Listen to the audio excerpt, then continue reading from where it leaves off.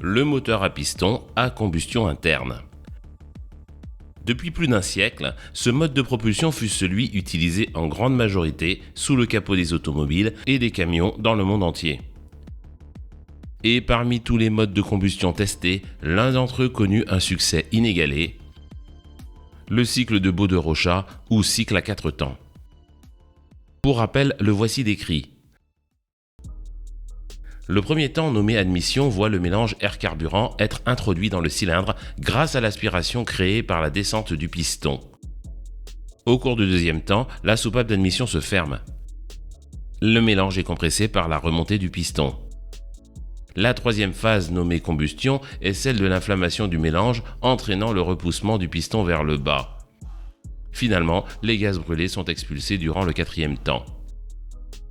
Le mouvement linéaire alternatif du piston, créé par les différents cycles de combustion dans le cylindre, est transformé en mouvement rotatif par l'intermédiaire d'un système comprenant une bielle en liaison pivot d'un côté au piston et de l'autre au maneton d'une pièce semblable dans son fonctionnement à une manivelle, le vilebrequin.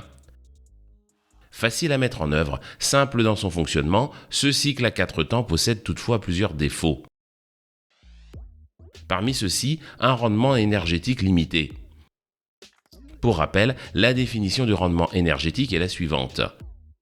Il s'agit du rapport entre l'énergie produite par un système et l'énergie qu'il consomme.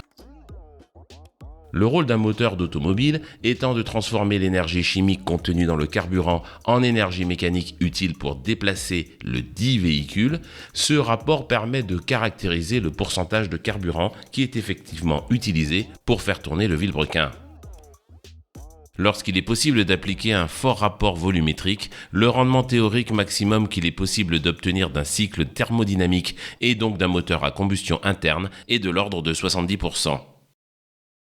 Seulement voilà, si la combustion à l'intérieur du cylindre est certes à l'origine de la transformation de l'énergie potentielle chimique en énergie thermique, toute cette énergie n'est pas transférée à la tête du piston. Outre l'équipage mobile formé des pistons, bielles et vilebrequins, à l'intérieur d'un moteur à combustion interne, nombreuses sont les pièces mobiles en glissement relatif les unes par rapport aux autres.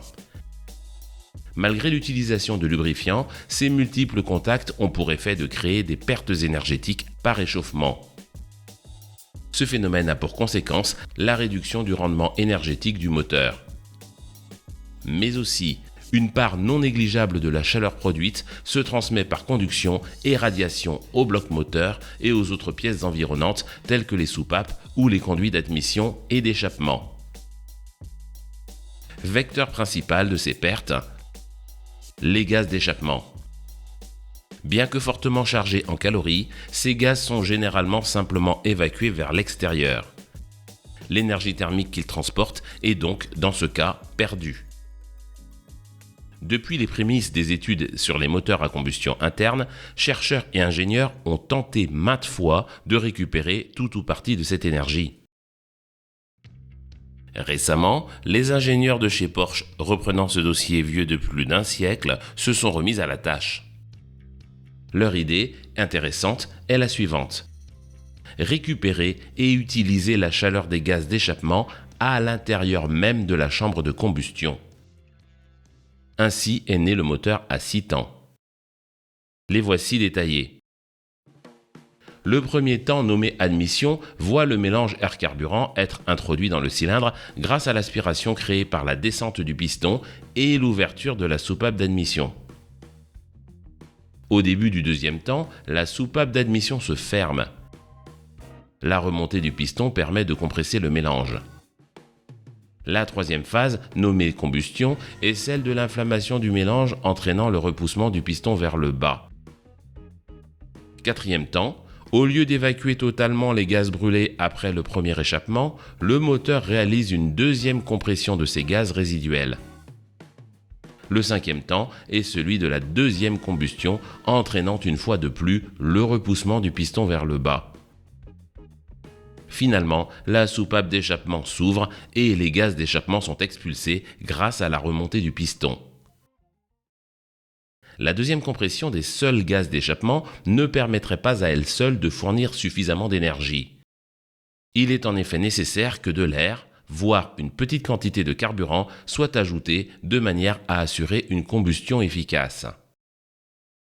Si l'ouverture de la soupape d'admission à l'étage 3 aurait certes pu être envisagée, les ingénieurs Porsche lui ont préféré une stratégie connue sur les moteurs deux temps: l'obturation et la désobstruction périodique par le piston de cavités pratiquées dans le cylindre et appelées lumières. Seulement voilà, l'ouverture de ces lumières ne devant se faire qu'une fois par cycle, les ingénieurs ont imaginé un système permettant de faire varier la course du piston.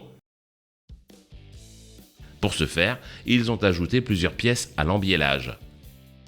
La première, un pignon à denture intérieure nommé satellite.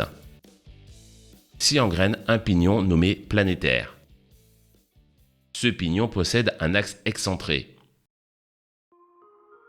Le centre du planétaire suit une trajectoire circulaire. Le centre de l'axe excentré suit, pour sa part, une trajectoire hypocycloïde.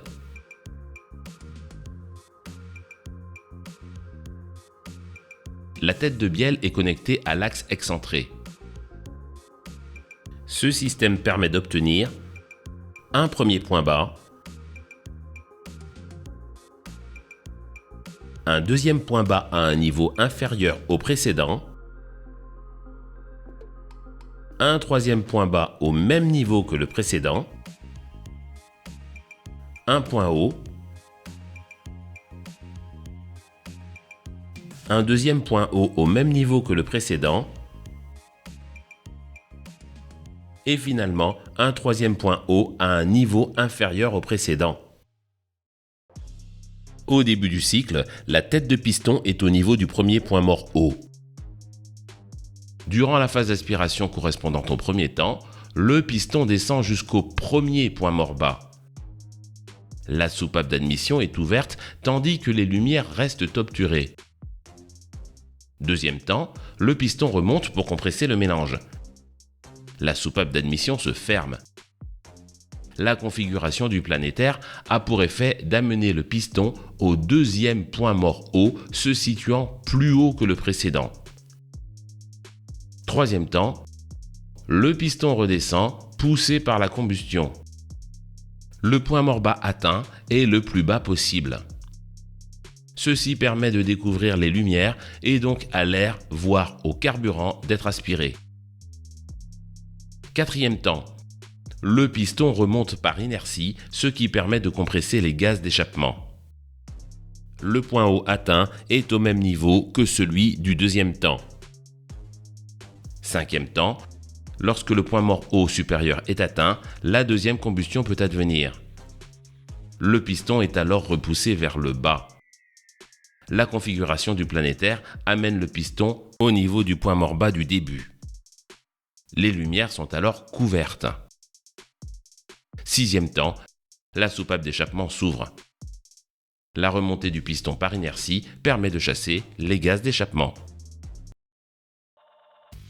Le vilebrequin est pour sa part connecté au centre du planétaire, ce qui lui permet de tourner de manière circulaire sans modification de la position de son propre axe de rotation.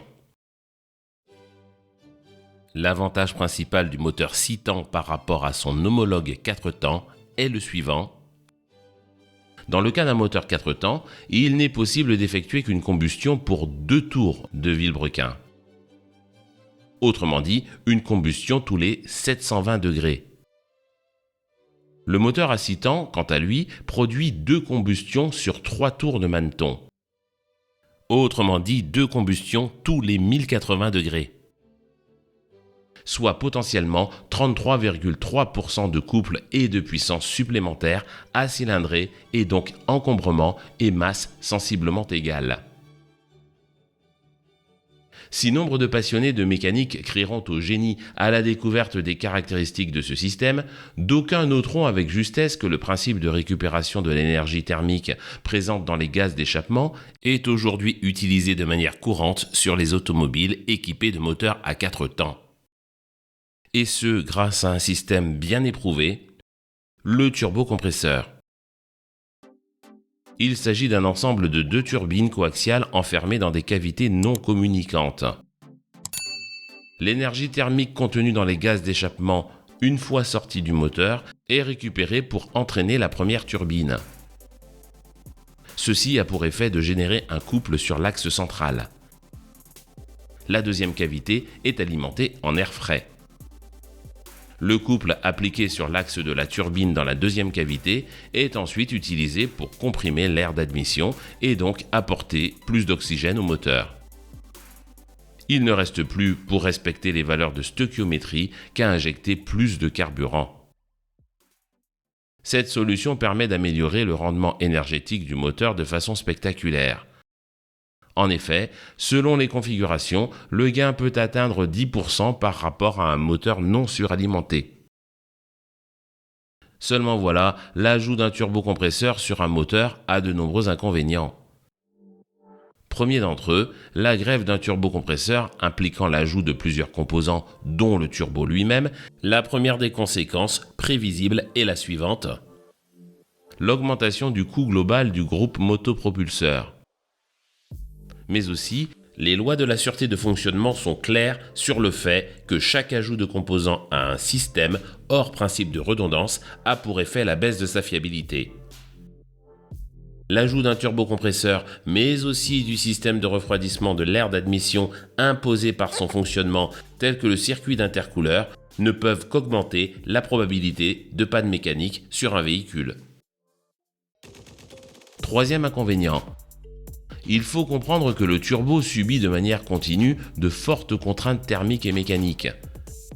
Songez que les températures de fonctionnement de l'ensemble peuvent dépasser les 800 degrés Celsius.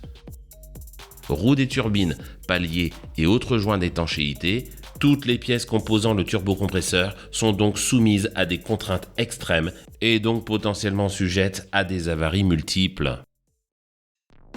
Le système récemment breveté par Porsche permet de s'affranchir de la quasi-totalité de ces contraintes. Mieux, il repose sur des pièces peu complexes, aux configurations connues et utilisées depuis près d'un siècle, non seulement dans les moteurs de type 2 temps, mais aussi dans les boîtes de vitesse automatiques à convertisseur. Pour finir, le moteur à 6 temps n'est en rien incompatible avec la greffe d'un turbocompresseur, les gaz expulsés à l'issue du 6e temps pouvant toujours être réutilisés à cet escient. Les défenseurs à tout craint de l'électrique se demanderont maintenant pourquoi les ingénieurs de chez Porsche s'acharnent à améliorer le moteur thermique alors même que son interdiction à partir de 2035 est actée. 20 juillet 2024. Ursula von der Leyen, occupant le poste de présidente de la Commission européenne depuis le 1er décembre 2019, se voyait réélue à la même fonction pour une durée de 5 ans. Initiatrice de l'interdiction de la vente des automobiles à moteur thermique à l'horizon 2035 sur le sol de l'Union, l'Allemande s'était, depuis, fait une réputation de pourfendeuse intraitable de ce type de motorisation et de défenseuse acharnée des véhicules électriques. Et pourtant, surprise. Le jour même de sa réélection, elle affirmait haut et fort que dans les prochains jours, une révision de la politique de l'Union permettrait aux véhicules fonctionnant au carburant synthétique d'être pris en compte dans l'objectif de rejet zéro carbone. En d'autres termes, que la pérennité du moteur thermique au-delà de l'échéance de 2035 était maintenant réouverte. L'effondrement depuis maintenant près d'un an des ventes des véhicules électriques en Europe, l'opposition aux mesures d'interdiction des véhicules thermiques par des pays tels que l'Allemagne et l'Italie, ainsi que les recherches intensives menées par les constructeurs allemands Porsche en tête sur les carburants de synthèse, augurent probablement d'un futur intéressant pour cette innovation qui ne l'est pas moins. Merci à tous d'être fidèles à cette chaîne. Merci également à tous les donateurs. Si vous souhaitez vous aussi soutenir financièrement la chaîne, il vous est possible d'effectuer un don. 2 solutions s'offrent à vous. La première, il vous suffit de cliquer sur le lien dédié à l'intérieur du bandeau. La seconde, il vous est désormais possible d'utiliser les Super Thanks YouTube en cliquant sur le bouton Merci sous chacune des vidéos de cette chaîne. Si vous ne l'êtes pas encore, assurez-vous bien de vous abonner et d'actionner la cloche pour être notifié lorsque de nouvelles vidéos sont publiées.